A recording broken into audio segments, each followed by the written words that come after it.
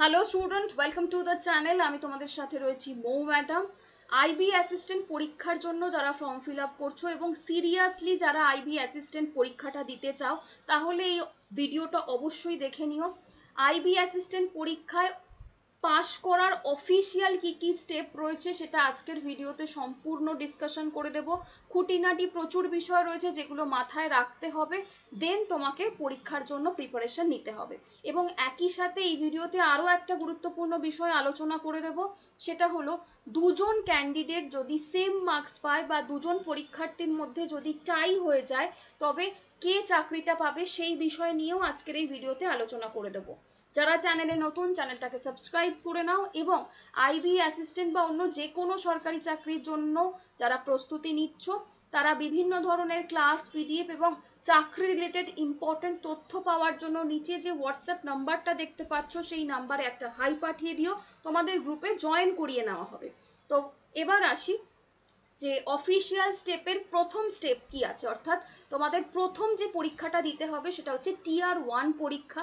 এই পরীক্ষায় যে কোয়েশ্চেনগুলো আসবে প্রত্যেকটাই এমসিকিউ টাইপের কোয়েশ্চেন আসবে। টোটাল 5টা সাবজেক্ট থেকে তোমাদের প্রশ্ন আসবে এবং প্রত্যেকটা সাবজেক্টের জন্য তোমাদের 20 মার্কস করে থাকবে। কি কি সাবজেক্ট আছে একবার বলে দিই। প্রথমেই আছে হচ্ছে জিএ, অর্থাৎ জেনারেল অ্যাওয়ারনেস। এইখানে তোমাদের কারেন্ট অ্যাফেয়ার্স এবং স্ট্যাটিক জিকে রিলেটেড প্রশ্ন আসবে 20 মার্কসের। নেক্সট আসি কোয়ান্টিটিভ অ্যাপটিটিউড, অর্থাৎ ম্যাথের কোয়েশ্চেন আসবে 20 মার্কসের। রিজনিং বা জিআই এর 20 মার্কস থাকবে 20।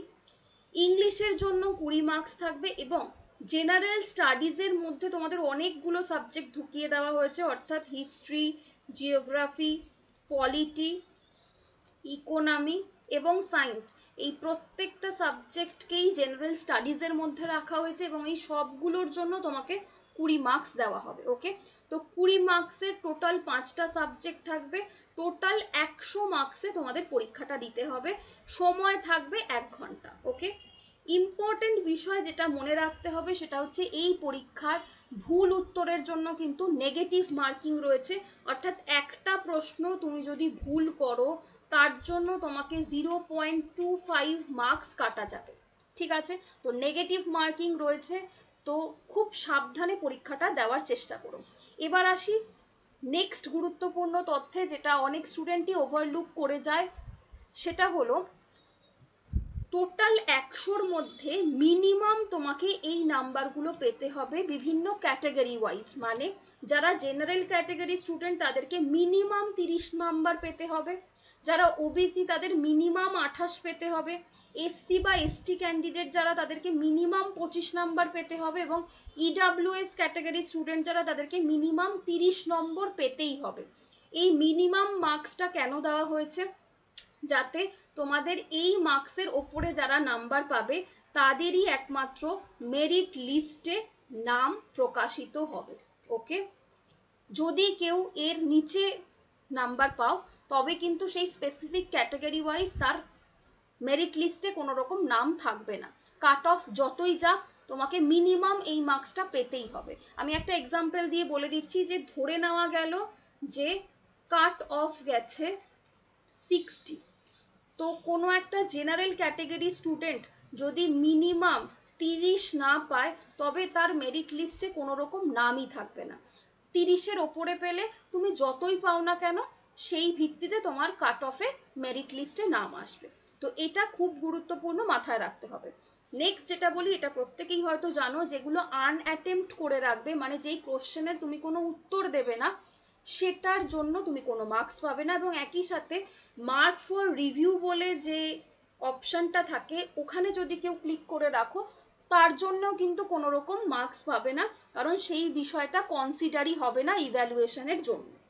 এবার আসি টিয়ার 1-এ যাদের মেরিট লিস্টে নাম আসবে, অর্থাৎ যারা কাট অফ ক্লিয়ার করতে পারবে, সেই ভিত্তিতে যাদের নাম আসবে তাদের টিয়ার 2 এক্সামের জন্য পরবর্তী পর্যায়ের জন্য ছাড়পত্র দেওয়া হবে বা মেরিট লিস্টে নাম প্রকাশিত করা হবে।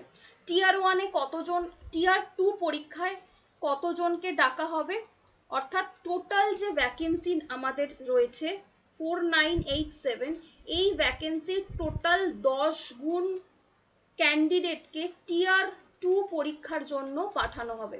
অর্থাৎ ভেবে দেখো কম্পিটিশন কতটা মারাত্মক। টিয়ার 1-এ যারা কোয়ালিফাই করবে তাদের সংখ্যা হচ্ছে গিয়ে এত নাম্বার টিয়ার 2-তে পাঠানো হবে, অর্থাৎ যা ভ্যাকেন্সি নাম্বার তার 10 গুণ টিয়ার 2-র জন্য এলিজিবল হবে, অবশ্যই যারা কাট অফ ক্লিয়ার করবে। নেক্সট এবার আসি টিয়ার 2 পরীক্ষায়। টিয়ার 2 পরীক্ষাটা হবে হচ্ছে ডেসক্রিপটিভ টাইপের, অর্থাৎ এখানে তোমাকে 500 ওয়ার্ডের একটা ট্রান্সলেশন দেওয়া হবে। সেই ট্রান্সলেশনটা ইংলিশ থেকে তোমার লোকাল ল্যাঙ্গুয়েজে লিখতে হবে, অথবা লোকাল ল্যাঙ্গুয়েজ থেকে তোমাকে ইংলিশে ট্রান্সলেশনটা করতে দিতে পারে, যে কোনো একটা। এক্সাম্পল ধরে নেওয়া গেল তোমাকে প্যাসেজটা দিয়েছে ইংলিশে, সেখান থেকে তোমাকে বাংলায় ট্রান্সলেশন করতে হবে, অথবা প্যাসেজটা দেওয়া থাকলো বাংলায়, সেখান থেকে তোমাকে ইংলিশে ট্রান্সলেশন করতে হবে। তো এটার জন্য টোটাল মার্কস থাকবে 50, সময় থাকবে 1 ঘন্টা। টিয়ার 2টা বেশ ইন্টারেস্টিং, কারণ এখানে শুধুমাত্র কোয়ালিফাই করলেই যথেষ্ট, মানে 50-এর মধ্যে তুমি যদি মিনিমাম 20 পাও তবেই তুমি টিয়ার 2-তে কোয়ালিফাই হয়ে যাবে। তো টিয়ার 3 বা এই আইবি অ্যাসিস্ট্যান্ট পরীক্ষার যে টিয়ার 3 বা চূড়ান্ত ফলাফল যেখান থেকে পাওয়া যাবে ইন্টারভিউ, তো সেটার জন্য তোমাকে কি করা হবে, এখানে অনেকেই ভুল করে যে টিয়ার 2-তে পাস করলেই হয়তো ইন্টারভিউতে যেতে পারবো, অ্যাকচুয়ালি নয়। টিয়ার 2-তে শুধুমাত্র কোয়ালিফাই করলেই ওকে, বাট টিয়ার 3-তে বা ইন্টারভিউতে তুমি যেতে পারবে টিয়ার 1-এ তুমি যে মার্কস পেয়েছো সেই মার্কসের পারফরমেন্স এবং সেই মার্কসটাকে নর্মালাইজ করার পর তোমাকে টিয়ার 3-র জন্য ছাড়পত্র দেওয়া হবে, অর্থাৎ টোটাল যে ভ্যাকেন্সি নাম্বার সেই ভ্যাকেন্সির 5 গুণকে ডাকা হবে হচ্ছে গিয়ে টিয়ার 3-র জন্য, অর্থাৎ ইন্টারভিউয়ের জন্য যে মার্কসটা ডিসাইড হবে সেটা টিয়ার 1 থেকেই ডিসাইড করা হবে নর্মালাইজেশন করার পর।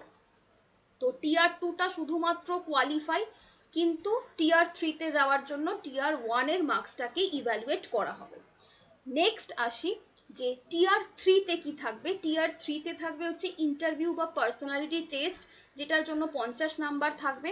এখানে বলে রাখি, এখানে কিন্তু তোমাদের বিভিন্ন সাইকোমেট্রিক বা অ্যাপটিটিউড টেস্টও তোমাদের থাকতে পারে। কীরকম আমি একটু এক্সাম্পল দিয়ে বুঝিয়ে দিই। সেটা হলো, যেহেতু এটা ইন্টেলিজেন্স ব্যুরোর পরীক্ষা, অর্থাৎ গোয়েন্দা বিভাগের এতটা সিক্রেসি এখানে মেনটেন করা হয়, তো যে ক্যান্ডিডেট ইন্টারভিউ পর্যন্ত যাবে তাকে বিভিন্ন সাইকোলজিক্যাল কোয়েশ্চেন করা হবে। এক্সাম্পল আমি ধরে নিলাম যে কোনো একজন 18 বছরের নিচের ছেলে, তো তাকে বিভিন্নভাবে হয়তো খারাপ কাজ বা কোনো অনৈতিক কাজ করার জন্য উৎসাহিত করা হয়েছে, তো সে শুধুমাত্র টাকার লোভেই সেটা করতে চেয়েছে, বাট সে নিজে এই কাজটার সাথে খুব একটা মন থেকে জড়িত নয়, তো সেই ক্ষেত্রে তোমাকে এরকম সিচুয়েশনের মধ্যে ফেলতে পারে।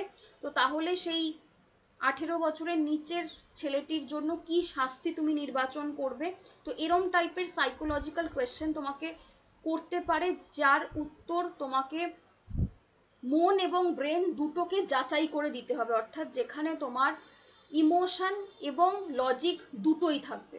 তো সেইগুলো টিয়ার 3 বা পার্সোনালিটি টেস্ট এক্সামে থাকবে। তো সাইকোমেট্রিক্যাল টেস্ট এখানে থাকতেই পারে। এবং এই পুরো টায়ার 1, টায়ার 2, টায়ার 3 এই 3টে পরীক্ষার যে চূড়ান্ত ফলাফল হয়ে যাওয়ার পর তুমি ফাইনালি তোমার যে মেরিট লিস্ট বেরোবে সেটা কিন্তু টিয়ার 1 এবং টিয়ার 3 এই দুটো পরীক্ষার ওপর ভিত্তি করে। এবং এন্ড অফ দ্য ডে তোমার ফাইনাল মেরিট লিস্ট বেরিয়ে যাওয়ার পর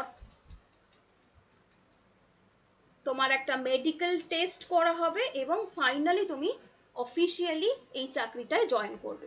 তো প্রথম ফেজের যে আলোচনা ছিল আমাদের, যে অফিসিয়ালি কি কি স্টেপ রয়েছে, 3টে স্টেপ রয়েছে এবং 3টে স্টেপে কি কি বিষয় তোমাদের মাথায় রাখতে হবে আমি ডিটেলসে বলে দিলাম।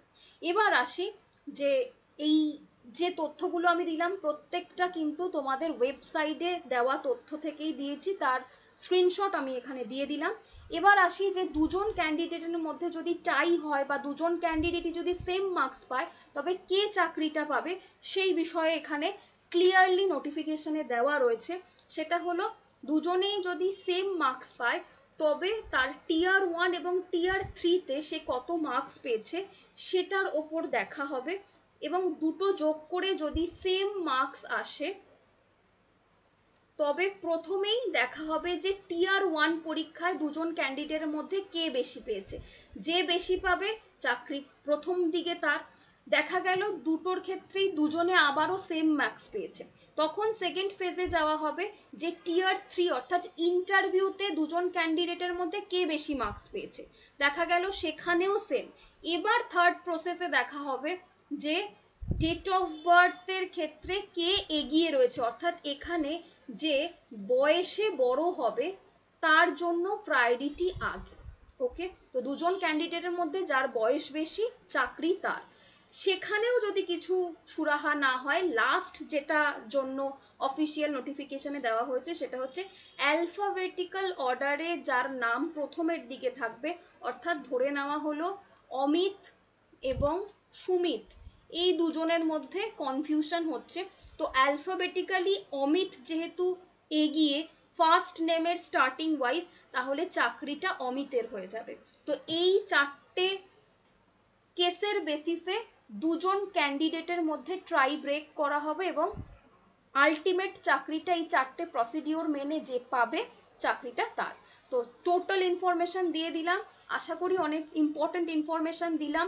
এই রিলেটেড তোমাদের যদি আরও কোনো কোয়ারি থাকে তোমরা কমেন্ট বক্সে আমাকে জানাতে পারো। আরও একবার বলে রাখি, যে কোনো প্রয়োজনে তোমরা এই হোয়াটসঅ্যাপ নাম্বারে হাই পাঠিয়ে আমার গ্রুপে যুক্ত হতে পারো। তোমাদের ফ্রিতে অনেক ক্লাস এবং ইম্পর্টেন্ট ইনফরমেশন দেওয়া হয়, এবং যারা পেড পিডিএফ কিনতে চাইছো আইবির জন্য তারাও এই হোয়াটসঅ্যাপ নাম্বারেই যোগাযোগ করো, ডিটেলস দিয়ে দেওয়া হবে। থ্যাংক ইউ সকলকে।